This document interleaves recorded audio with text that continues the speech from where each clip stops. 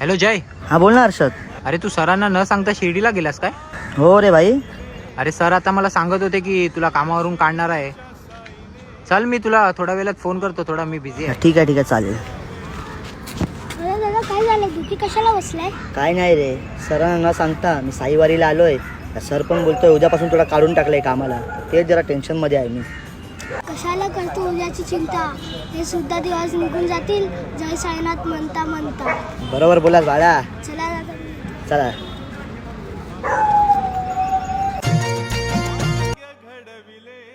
Hello जय. हां sir बोला ना. सर आत्ताच हर्षदचा फोन येऊन गेला मला. तो सांगत होता तू न सांगता सुट्टी घेतली आणि तुला कामावरून पण काढून टाकला, येऊ नकोस तू कालपासून.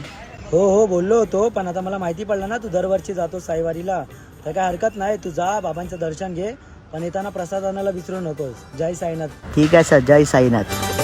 साईलीला पाहून दिवाना मी झालो रे.